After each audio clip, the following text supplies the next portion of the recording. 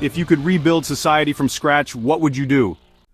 Imagine waking up in a world where everything is in your hands, a world where history's mistakes are erased and you have the power to rebuild from scratch. No wars, no corruption, no greed, just a new beginning. But here's the catch. What kind of world would you create, and how would you handle the deepest struggles of human nature? Let's break it down, step by step. Throughout history, civilizations have been built and destroyed, shaped by power, greed, and human nature itself. We've seen capitalism, socialism, monarchies, democracies. But have we truly created a just system? What if there was something better? Government and leadership.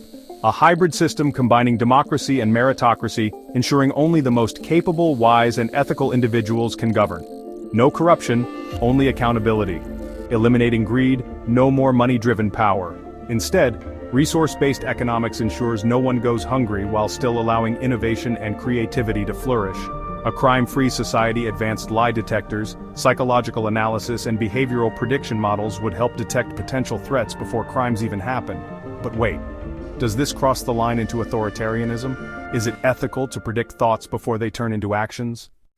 Not everyone in society is beneficial. What do we do with those who harm others, murderers, rapists, and corrupt elites? First offense versus repeat crimes. Everyone deserves a chance at redemption, but for those who actively seek destruction, is permanent isolation the solution? Beyond traditional prisons, instead of punishment, rehabilitation would be the first priority. Advanced psychological therapy, neural recalibration, and social reintegration programs. But let's be real. What about those who will never change? Would exile be a solution? And what if we had the power to erase dangerous tendencies from their minds altogether? Now let's talk about something even more complex. Human relationships, love, sex, marriage. Throughout history, marriage ages have changed dramatically. In ancient times, people married young.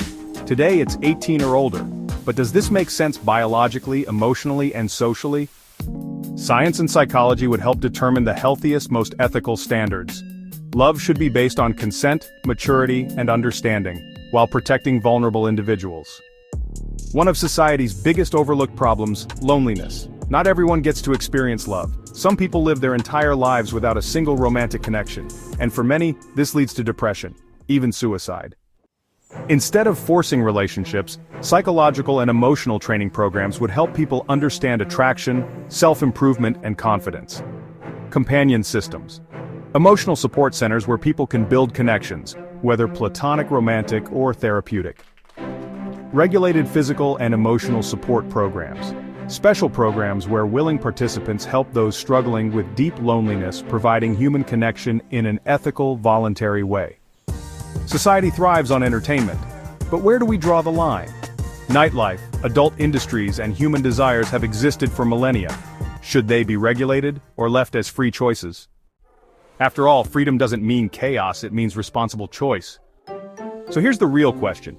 If you had the power to start fresh, what would you do differently? Would you create a just and balanced world, or would you fall into the same traps that destroyed civilizations before us? Let me know your thoughts in the comments, and if this made you think, subscribe for more mind-blowing discussions. Until next time, stay curious.